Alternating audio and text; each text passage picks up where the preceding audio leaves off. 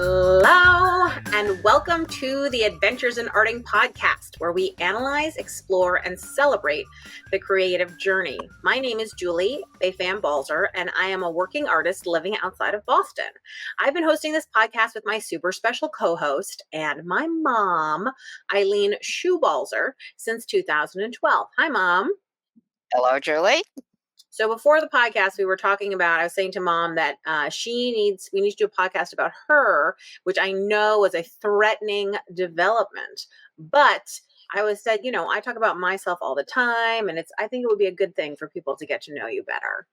I'll ask you Why? super Good thing questions. for whom? It would be a good thing for everyone and for you too.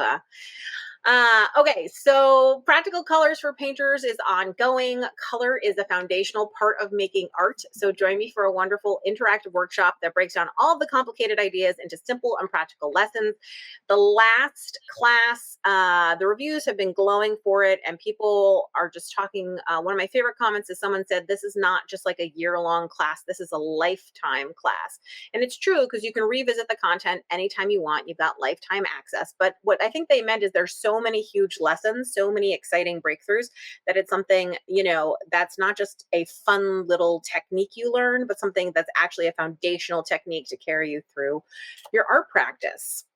Also, won't you be continuously adding more content? Yeah, throughout this year, there's lots more stuff coming, so that's exciting.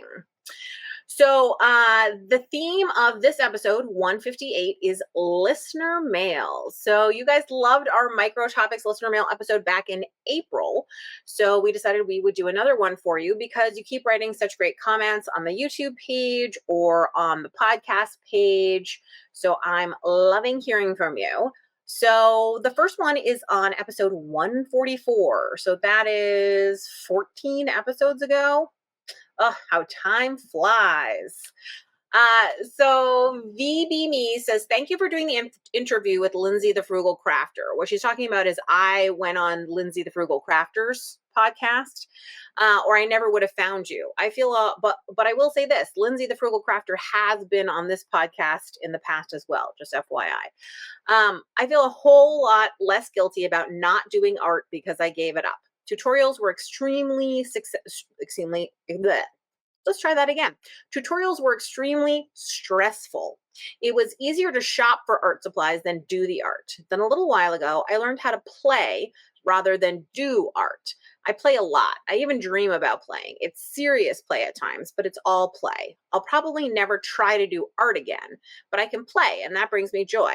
I play with everything from Crayola crayons to Daniel Smith watercolors. How wonderful is it to learn how to play again at 70? So, I have to agree with her that words matter. Like, why do you think it is that the word play just helps loosen everything up instead of the word or it's not really a word, but the phrase, let's make art or do art? What do you think it is about that? Well, the word play is often said to be like the opposite of work.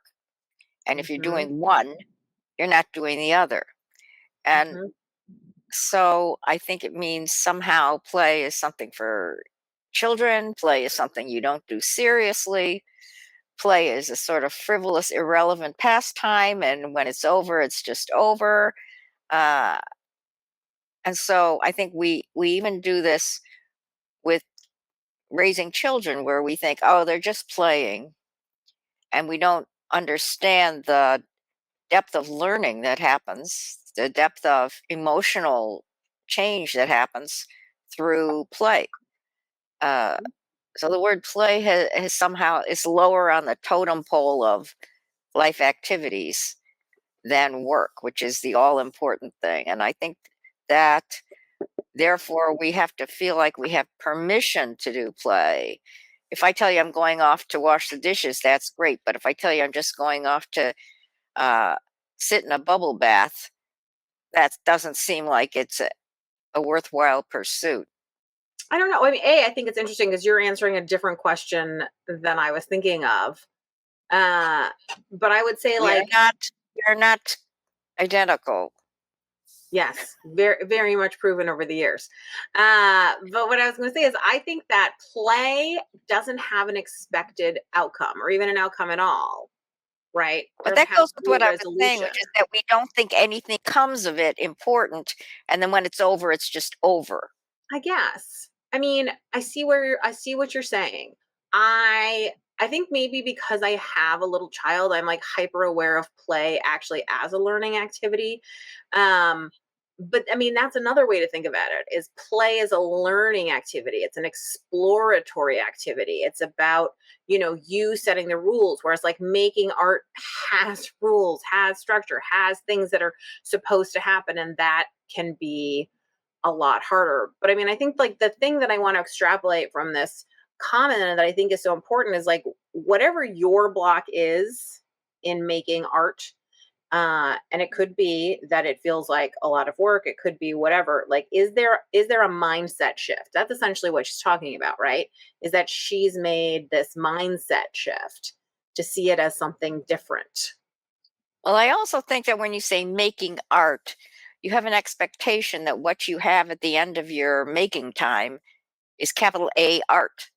And then Mhm. if you don't feel that way when you come to the end of that time, you're disappointed. You haven't been making art, you've just been making a mess. Whereas I think that at the end of playtime, you don't say, well, what did I learn from that? How did it affect me emotionally, physically, whatever? So making art, even that phrase is kind of intimidating because you feel like you have to somehow end up with art. Yes, exactly. Okay, so Ellen also added to this conversation. She said, "This is so true in all aspects of life. There are only so many hours in a day and only so much we have to give. How we choose to spend our time is different for each of us and influenced by the different constraints we each have, such as work, children, aging parents, pets, etc. Some of these constraints are choices, but many are not. I choose not to clean my house and am blessed to be able to afford to pay someone to clean it for me. This allows me to spend more time on more pleasurable things to me, such as art. As a matter of fact, I was working on pieces while watching and listening to this podcast. I'm team vampire too." So I was thinking like this question of like, do we really have the ability to make choices all the time? And what happens when we can't choose what to do with our time? And I think I was thinking a lot about this like revenge bedtime thing cycle that people Yeah. have talked about in many articles, which is to say, sometimes even though you need to go to sleep, this is as a grown up, not as a child, because your day has been filled with tasks that weren't of your choosing, you do this kind of revenge thing where you just stay up, doing other stuff that's your choice, whether it's scrolling on your phone or playing a video game or watching a movie or Netflix binging, until 3 a.m., even though it's really detrimental to you. But it's like you need to say, I'm a sentient person and get to choose what I do. Well, I would even say you, by being born, you destroyed the time that I used before to do something I love, which is just reading the news. And Mhm. so I Yes, think by the I way, do my something. mother has often said to me, understanding that I'm an adult in my 40s, that one of the banes of her existence is that when I was born, she stopped being able to read the newspaper for an entire year, and it was terrible. So I understand. It's a tragedy. I hope they understand take I wasn't reading one newspaper all No, year, but no. what it was my pleasure. It was to me, it Yeah. was a playing thing. And so now I do that revenge Hmm. bedtime thing. I know I should turn off the light and go to sleep. There's nothing stopping me except I need to have the feeling that I had the leisure, Hmm. because play is often equated with leisure, to read, to Hmm. gather the news. So I still do that. So at 1 o'clock in the morning, you might find me reading the news, and it's obviously bad for me. I should turn off the light, go to sleep. Well, So I I mean, I blame you. think the sort of bad for you, good for you thing is such a good conversation to have around here, because I think that one of the reasons that I have for many, many, many, many, many years now been a huge advocate of the theory of just 10 minutes a day of art. is because I think we do all need that time to feel like we've been creative, that we've done something to sort of have checked that off. The same way that many people who are health advocates will say, like, just like 10 minutes of walking, or 10 minutes, because everybody can find and or make a pocket of 10 minutes in their life for some kind of activity. And I think that you have to have a priority for whatever that thing is. 10 minutes for reading, 10 minutes for the newspaper, 10 minutes for art, like, can you somehow do that? And I find, and so here's the for instance I'm going to give, which is kind of proof of the pudding of how you can make time. I went through a period of time that I just didn't read a lot of books. I was it so one of my major reading times was on airplanes, and I stopped traveling a lot. And then another major one of my reading times had been commuting on the bus or the subway, and I moved to a car culture, so that was no longer a thing. And I had just gotten out of the habit of it. Plus, I have a partner who likes to watch TV in the bedroom. I had never had a TV in my bedroom because I'm not a TV in the bedroom person. But so that meant that, like, at night, I find it difficult to read when the TV's on. So if he's watching a show, right, I just end up watching the show with him. And so I made a conscious decision that I wanted to read more. And I found it really difficult, really, really difficult, until I figured out that I could read books on my phone. And as soon as I figured out that I could have the Kindle app on my phone, I was like, oh, now I have weird pockets of time. Like yesterday, I went to the doctor and I read a book in the waiting room, and I read a book while I was waiting for the doctor, but I didn't have to carry anything separate or different with me. When I'm waiting in a line, when I'm picking up my son, when I'm, left alone at the table and there's nobody there, with me. Like, these are all times that I found that I've managed to read. I read like at least 10 books a month now in tiny pockets of time.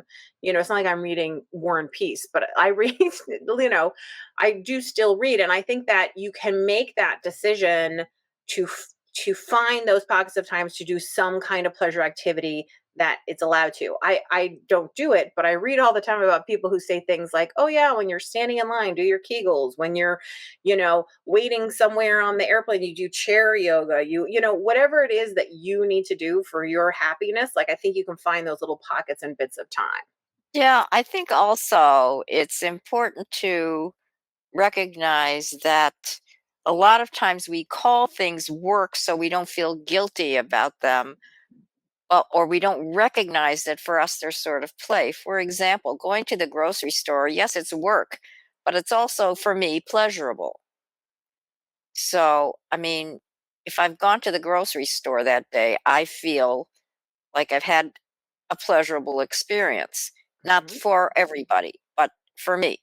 Right. I hear So, people all the time who say that but they I feel like enjoy I could cleaning. justify, "Oh, I was working. I went to the grocery store and Mhm. got the things." Yeah. I think that you should find the things that you enjoy. That's what we're just extrapolating out here and having this conversation about choices. Okay, Right. so on episodes 145 and 146, which was our unexpected two-parter on abstract art likes and dislikes, Joy Where said, so where we enjoyed this. really disagreed, actually. It was one of the first Yeah. shows where we really disagreed on some things. Was it? I feel like we disagree plenty, but okay. So Joy says, I so enjoyed this. I am one who would say I don't get abstract art, but after listening to both of your interpretations of abstract art, it really makes me see it in a whole new light. And I thought that was like the holy grail of comments to me, because I feel like one of my goals as a teacher, as an instructor, is to be able to have people say, like, I get it. I think so. Getting back to this disagreeing thing, it doesn't mean we're having an argument, but we're allowed to have different opinions about things. And that's actually one of the reasons this podcast works, because if we didn't, then you could just put two windows with your head in both of them and talk with yourself. I do think that art is very subjective. And so it doesn't matter as long as we're both interested in having the discussion. And also, we have different backgrounds, because I did some studying of art history in college, and I don't know, did you ever take an art history class? I have taken an art history class, not in college, but after college. Right. So it it doesn't mean that makes me more educated on art. What it means is so I know what is out there in terms of literature, etc., about certain artists and about certain types of art. And I know the approach. It doesn't mean I always take the approach. Well, So I we think have different vocabulary sometimes. yeah, I also think I mean, there are a lot of differences just in general. We come from different generations. We come from different cultures in a lot of ways. We come from different, we've had different professions. We've have, Right. different experiences. Like anytime there are those differences, you're always going to see things from a different point of view or in different seasons of life. I mean, I think that the joy, and we've talked about this before on the podcast, particularly I'm remembering an episode many, many years ago about like why going to museums with someone else can be pleasurable and sort of how to choose kind of the right companion for you to go to a museum. But I think that I've always enjoyed having a discussion with someone about the movie that we just went to, the book that we just read, the dinner we had, the event we went to, the whatever. And I don't think that that conversation is pleasurable because of agreeing about it. I think that conversation is pleasurable because it's an exchange of different perspectives. I think the only time that it gets, prickly and weird is when people get offended by somebody else having a different opinion. And that's so hard in art because it's kind of like ice skating. I know that I watch ice skating and I'm like, what are the judges doing? And they're basing it on some thing that they watched and some history that they know, and like the announcers are always trying to explain why the judges are making the decisions they're making, and I leave it up to the experts, but I also feel like I'm allowed to have my opinion about the artistry of it, and that's an important space to be able to carve out too.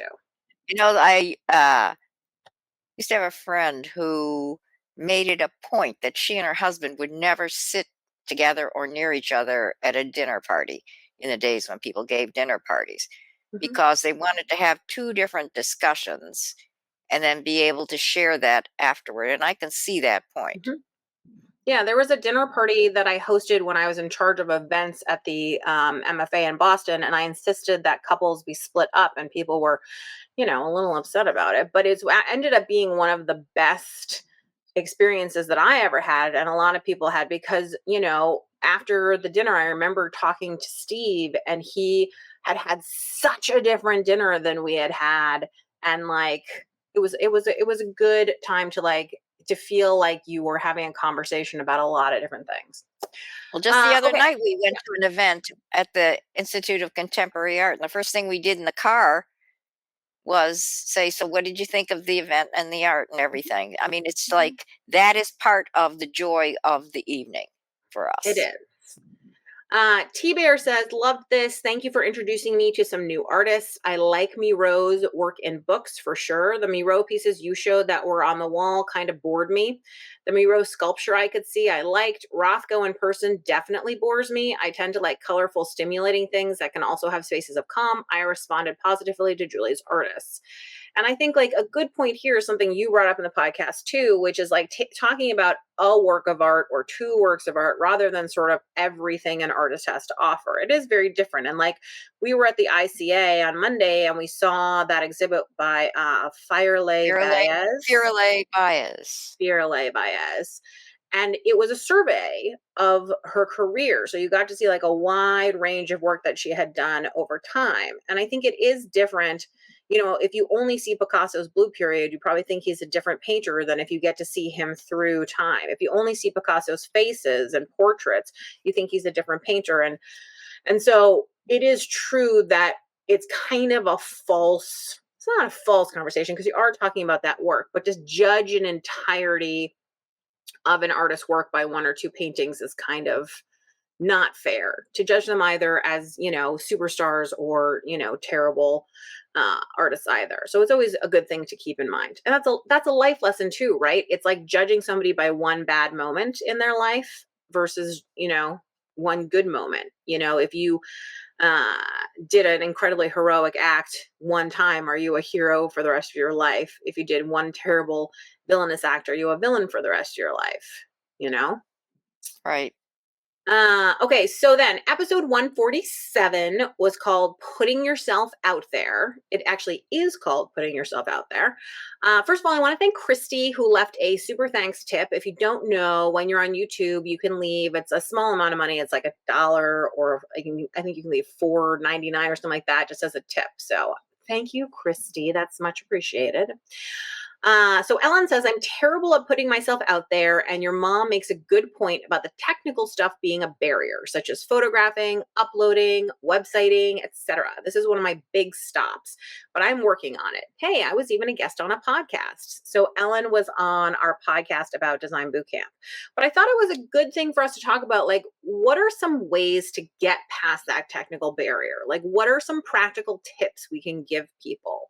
A couple that I thought of is my friend Sonia long ago said to me that anything that can be solved with a phone call and a credit card is not like a problem. It's just something you have to deal with, right? And because she's a doctor, so she's thinking like cancer is a problem. Not being able to get your website together doesn't seem like that level of problem, right? But what I was going to say is it reminds me very much of, like, I'm in a crick group. There's a woman who's been having a lot of trouble getting her website together, and somebody finally said to her, just hire somebody to do it. Just pay someone. Like, I understand that you somehow want to do it, but it's so hard for you and it's causing you so much stress and pain. Just pay somebody to do it. And the same is true with, I know people who have people come and photograph their work so they don't have to do that part. You can find people on is it Fiverr, I think, where you can hire tech people. You just put in like a job that you want them to do. I'm looking for someone to edit photos, or they say that they edit photos. You can answer and see if they're interested, and they tell you it'll be X amount of cents or dollars per photo. So a lot of this stuff can be shopped out. I think we talked about it on the podcast, but LinkedIn Learning, which was formerly lynda.com, they do a fantastic job of offering education in all of this stuff. I know that our local library offers classes. There are a lot of art associations that offer things on like Instagram for artists, and all that stuff is usually free, which is fantastic. The other thing I would say is, if you go on YouTube and really start to search, if you can find one or two teachers who speak in a way that works for you, they can often help you with a lot of those technical issues. Actually, and I was going to say, this is memory tickling. I think Robin Marie Smith runs an entire academy that's just like technical stuff for artists, sort of conquering that problem. I don't know if you have any other tips, Mom, things that work for you. No, I'm just going to say this. The very example of that was today. I called my landscaper and I've asked him to come over and talk to me about doing some garden stuff. Mm-hmm. I could do it myself. A lot of people take great joy in gardening. They love the dirt, they love the bugs, they love the whole thing. I don't like it, and I'm not good at it. Mm-hmm. And I have the money to hire someone else to do it, so why punish myself? I like the results, Mm-hmm. you know? So the question is, when you're doing your art practice, when you're trying to get your business part of it going or whatever, if there are parts of it that you don't think you will ever enjoy, even though, and you find it very difficult to force yourself to do it, maybe there are things that you can hire out, farm out, trade with someone that will make your life so much less burdensome. Mm-hmm. For I agree. example, I mean, we could do our taxes, but we have an accountant to do it because it would be an enormous burden and to do it ourselves, and we would never be sure that we had done it right. Mm-hmm. Uh, and this goes with a lot of aspects of running an art business. Running an art business, as you've often said, very little percentage of it is actually doing art. A Yes. whole And lot of it is doing your website, doing your taxes, responding to emails, getting insurance, packaging up things, photographing things. I mean, there's just so much of doing an art practice, a professional art practice, that has nothing to do with being an artist and a whole lot to do with being a business person. Yeah, I try to make a distinction for me between what is my art practice and what is my business. So, my art practice is something where I'm actively involved in making art, thinking about getting better at art, doing art for art's sake and for myself. My business is when I'm working on classes and I'm teaching and I'm answering email and I'm working on social media and marketing and all that kind of stuff. Because if I don't separate the two, I never get to my actual art practice. And I can end up spending a lot of time saying I was in my studio working on art when in fact what I was doing was working on my business.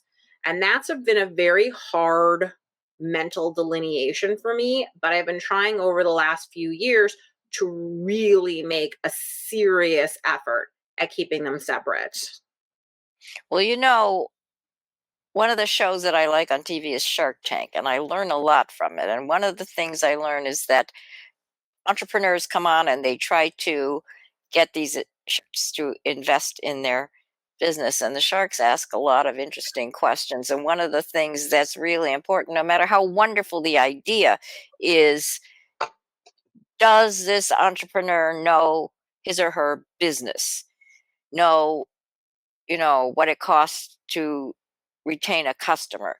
Mhm. Know how to this could expand into a larger thing. I mean, there's really a whole lot to being an entrepreneur that isn't about what the idea is. And I think the same thing works running an art business, which is if you don't Mhm. have a handle on all the nuts and bolts of that part of it, you will be drowning all the time.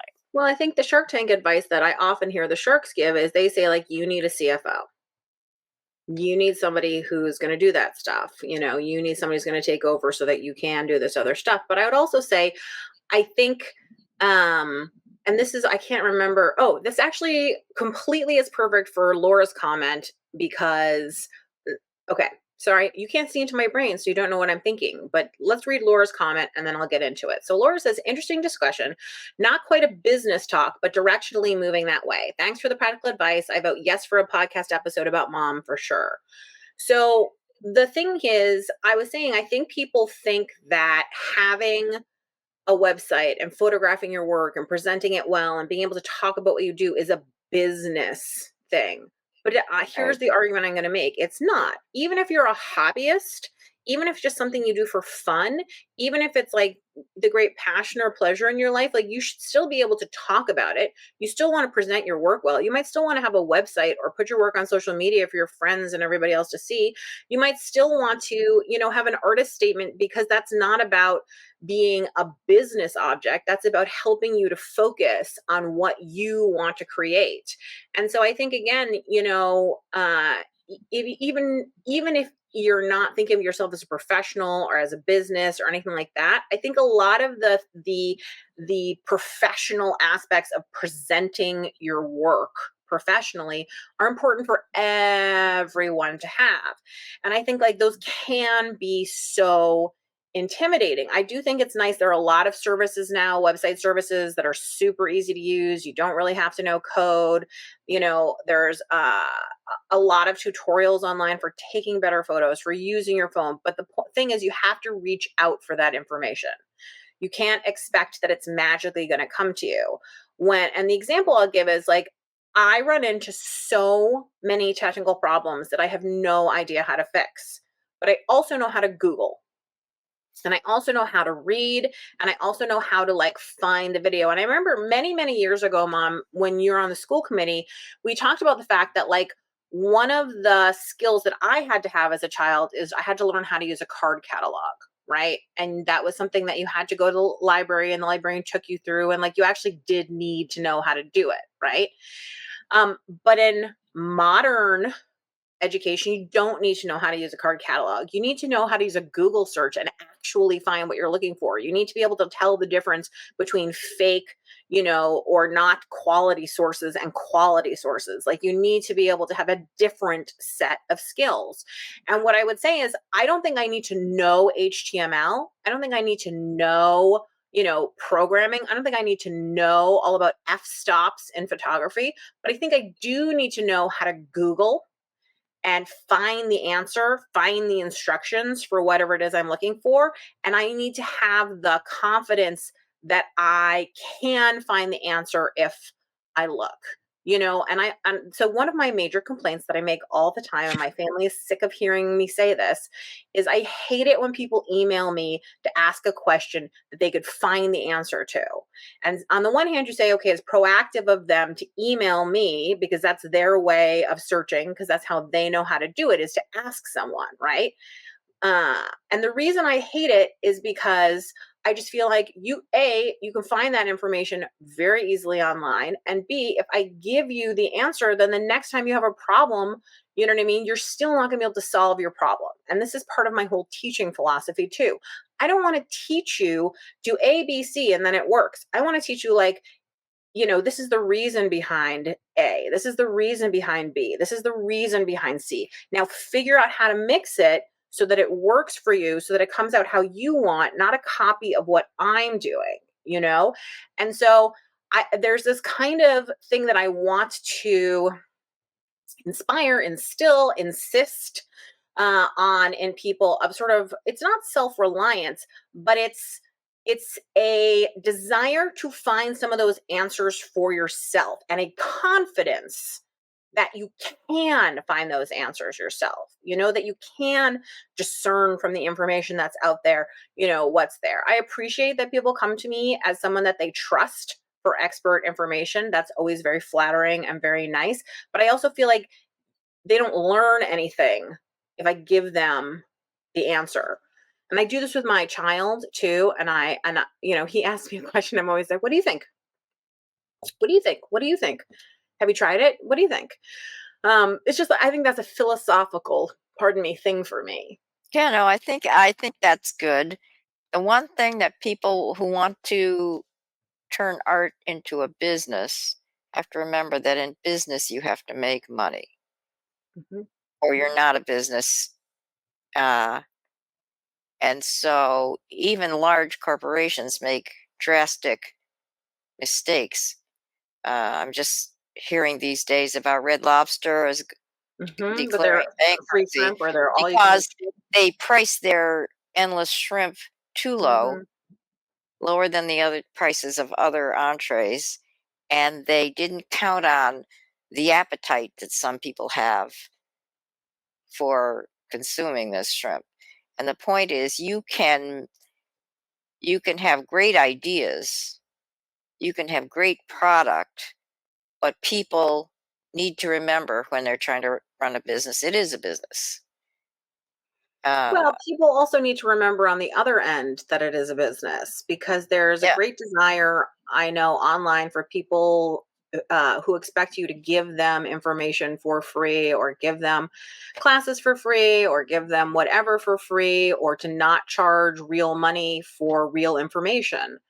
And I think that's because art skates this line, particular, between, like, hobby, people who don't have to do it for money, who do it for pleasure, who are delighted to share and delighted to do all of that stuff, and people who do it as a business. And it's an ongoing conflict, issue, question mark. I don't know, it's and you know hard to something? say. It's particularly with women.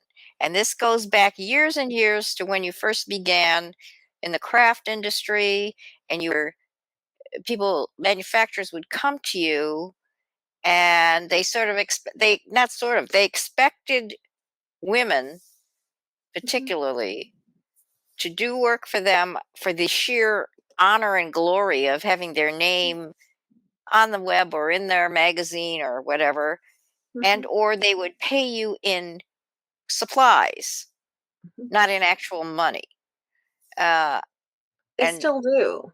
Lots of Yeah, companies still do. Electronic and companies do. Like all sorts of, I mean, literally I got an email this week from Dick Blick asking, to do reviews and stuff in exchange for products. Like it's still a thing that happens. right. Uh, so it's a murky area for everybody, and Yeah. so some people are fine with that, and some people realize that they need that time to do other things in their life, including making a living or taking care of other Mhm. people or whatever they do.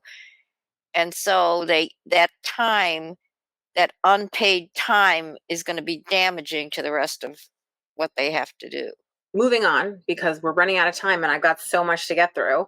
148, must the artistic life be solitary? Which was a question, that was the topic that you came up with. It was a great podcast. And over on YouTube, Broken Ruler Lab said, I think you are taking a pursuit built of loveless and introspection and trying to comb it into our modern illness of group collaboration.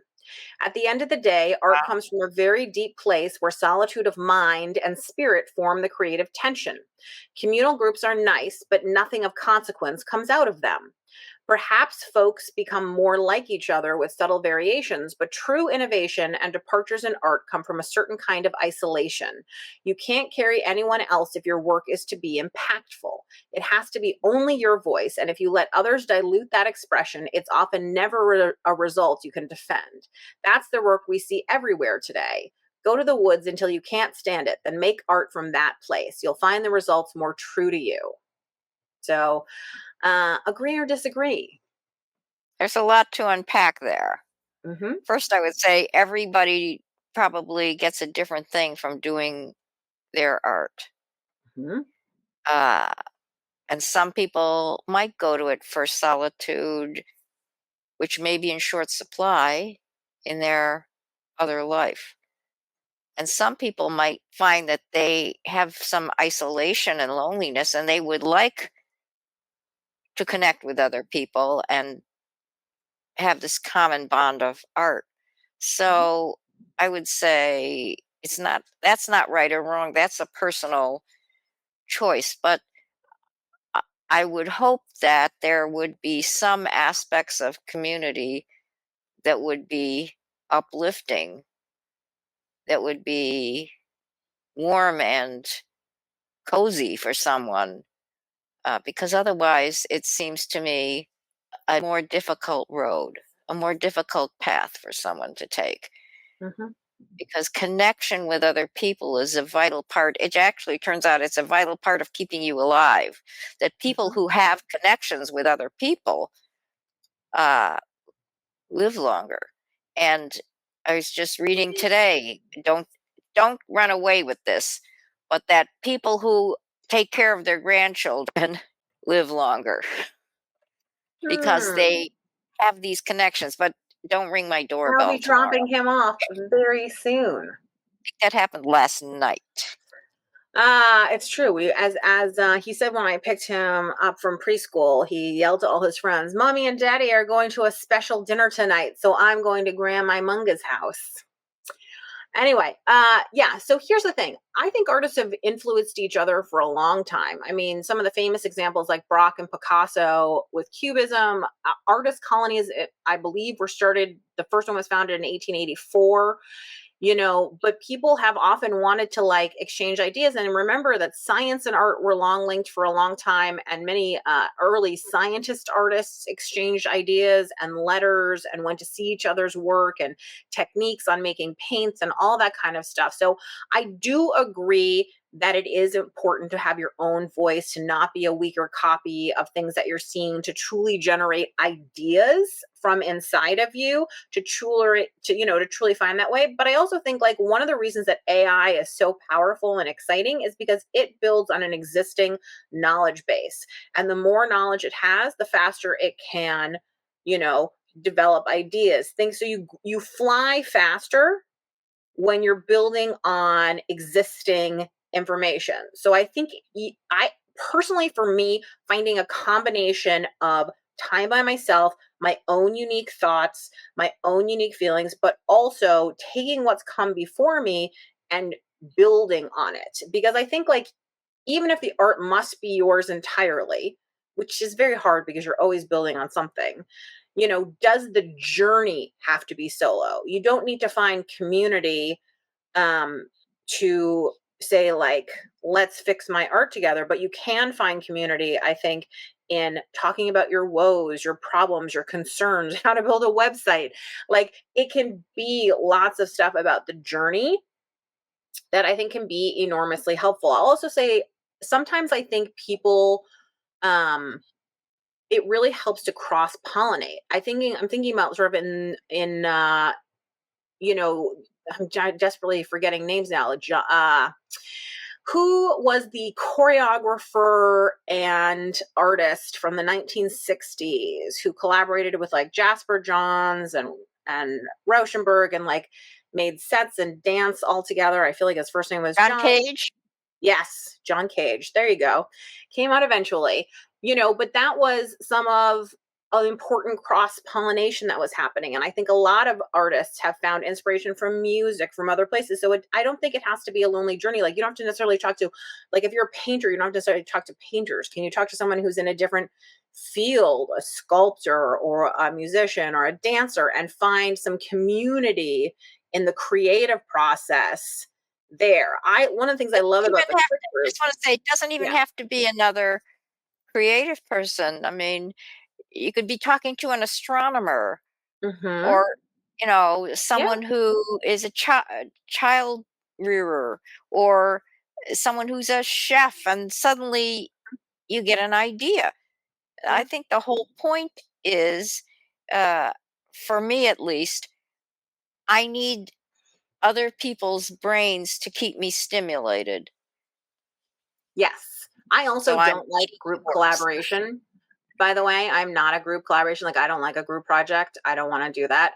But I do like community and groups and talking about stuff. And, like, one of the things I like about the Crick group that I currently am in is that we all make different kinds of art. There's nobody there who I feel like makes the same kind of art that I do, and that's intellectually stimulating to me to think about how other people are thinking about making art. Nikki also had a comment about this episode. I think it's a she, said, "This episode really resonated with me. I prefer to create art alone, as it is my time to do whatever I want to do and listen to what I like. I use the time to catch up on art related podcasts like yours and get lost in my art room just creating. In saying that, I always look forward to my monthly catch up with my art sisters too, as being with them totally inspires me. I loved how you mentioned communicating with your husband, Steve, as that is my technique too. I learned it many years ago when I read the book Why Men Don't Listen and Women Can't Read Maps by Barbara and Alan Pease. Best book ever. It taught me so much about communication and relationships, and is definitely a book everyone should read. Great subject, Mom, even though you are pushed into organizing it." And actually, And that comment is I the can reason. read a map, by the way. You can read a map. You're very good at reading a map, I will say. I And just want some to men add do that listen. this is the point of view, that you are only doing art when you're doing, actually physically doing the artistic thing. I think isn't necessarily right for me or for you, which is that we tend to we'll be walking along and suddenly we'll have an idea based on a tree or something we see in a playground. Do you know what I mean? Or something that happens in the car. I mean, my whole life is incorporated into the rest of my life, because that's just the way my brain works. Yeah, it's synthesis, right? It's being able to take different things and push them together into a single thought or idea. And so I think that um, a lot of art time happens when you're just in your daily life too. Okay, episode 149 was called How to Talk About Your Artwork. Jill says, "Excellent podcast and topic. I learned so much just listening as I tidy my studio that I think I need to play it again and take some notes. Really great conversation. Thank you." So I know that when I hear something on a podcast that I want to remember, I absolutely write it down. I do that the same with books I've read. I do a lot of notebooking, and actually, I did a huge blog series last year, it must have been, on commonplace books, which are something that a lot of people do, where it's a way of keeping track of the things that you're learning. So let's say you learned, I don't know, how to get a stain out. You could write down like the steps that you took and why it worked, so that A, you would remember it, but B, if you needed somebody else down the line, could look it up, right? So I find that it makes reading books slower because I end up writing a lot down. And there are times when I'm essentially doing the equivalent of, sometimes in college, I would look up and I'd be like, oh, I highlighted this entire page. Like, that's obviously a problem because you can't highlight an entire page, right? So there are times in the notebook when I'm writing stuff down from a book and I'm like, I'm like handwriting this book. I probably need to be a little more discerning in terms of what I'm taking out of it. But I find for me that I process things a lot better when I write them down somewhere. So I definitely notebook them. You, I don't think, do anything like that. You just have a mind like a steel trap. But do you ever write down any notes, or Wrong. how do you keep track of stuff? Currently on my phone, the notes section is loaded with things that I now put there instead of in a physical note.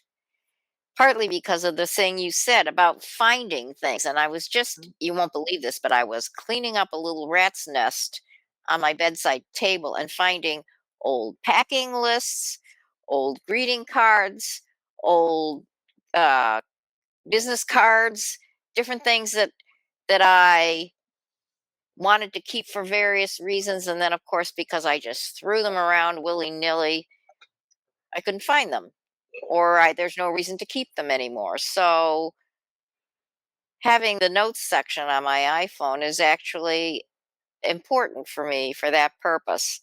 Of Mhm. course, now I have to find it among all the other notes. I would say I But also use the notes section. Like I went on an studio visit with an artist on Sunday, and there was a bunch of us. And while they were talking and people mentioned like exhibit spaces or people who were good to know or even just ideas, I just wrote them down on my phone because, again, I had my phone with me. And then I will sometimes copy it from my phone to the notebook because I have a better notebook system. But yes, finding things that we could do an entire we should do an entire podcast on indexing, how to find things after you've written them down. And then our final reader comment is, I think I'm unclear of the pronunciation, so I apologize ahead of time. I think it's Aino, it's Aino. And she says, really useful, insightful, and inspiring conversation. These conversations are fundamental for building a good base from where to develop. Thank you again, and keep it up, ladies. You have a lot of wisdom to share. And I thought I loved just that phrase, fundamental for building a good base from where to develop. And I was thinking that that's exactly what I try to give people. That's a lot of what my art practice is all about, but it's a good idea, I think, always to think about what's the base. So I think about my son, my 4-year-old is in gymnastics. And I see them do all these exercises that he just sees as play, back to the very beginning. But I know that they're building a foundation like in his body of things. So it's not like they're starting with day one, let's do a cartwheel, 4-year-old. Instead, what they have them do is they have them put their hands on these handprints on the floor and sort of kick their legs so they get the sensation of having their weight on their hands. And then lately, they've graduated to a thing where they have them put their hands on the floor and then they crawl their legs up the wall, so now they're having a more sustained period of time on their arms, but they're still supported by the wall, and it's like they do somersaults, but usually down a soft ramp, and so slowly I've noticed that they've been started to have them occasionally do a somersault on a flat surface. And it's like they're just building those foundations until he can, do a double backwards round off split, whatever thing that, you're supposed to do in gymnastics. And I think that's a good way to think about whatever you're interested in your art practice, in your professional practice, whatever it is. What are the foundational skills that you need to have? The number one frustration that I see from students in my classes is that they don't have, I mean, this is really why Design Bootcamp came up. They don't have the foundational skills. And so they understand how to use their spray ink, and they understand how to use their acrylic paint, and they understand how to, use a paintbrush, but they can't get it to look the way they want because they don't really understand composition, and they don't really understand like color theory and stuff like that. So they find it frustrating and harder than it needs to be because they don't have that good base, that foundation. And the problem is foundational skills are kind of boring. They're kind of boring. They're kind of like jumping jacks and sit-ups, and it's not like playing the game. But if you think about, again, athletics, you can't really play the game until you've gotten the skills. I mean, I don't want to say everything relates back to Karate Kid, but wax on, wax off, and then he figures out that he can fight from that, right? I mean, this is it. You need to find a way to get those foundational skills. That's all I'm saying. Mom, do you have any last thoughts as we wrap up our listener mail episode?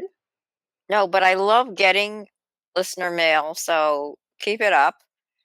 Not just as proof that there are people out there, but also because again, this is, you and I can think of topics for this podcast, but it's great to have other people chime in and we get other people's brains. Yeah, I love it. I love it. I love it. Love it. And we're starting to have some more guests. So if you have any suggestions for guests, I hope that you'll leave a comment letting us know people that you'd like us to chat with. If you'd like to connect, you can find me at juliebalzer.com or at myartpractice.com or all over social media as at Balzer Designs. But I really hope that you'll sign up for the free weekly newsletter. That's the best way to make sure you keep up on the latest news. It goes out every Friday, and there's a big button on the homepage of juliebalzer.com where you can do that, or you can go to the show page for this podcast to find the link. If you'd like to help the show, which I know you do and I appreciate because you're such a nice person, if you take a minute to leave a review, mention us on social media, tell a friend, scream out your window about the show, whatever it is, all of those things help other people find the show. So thank you so much for listening and subscribing, and we'll see you the next time on the Adventures in Arting podcast.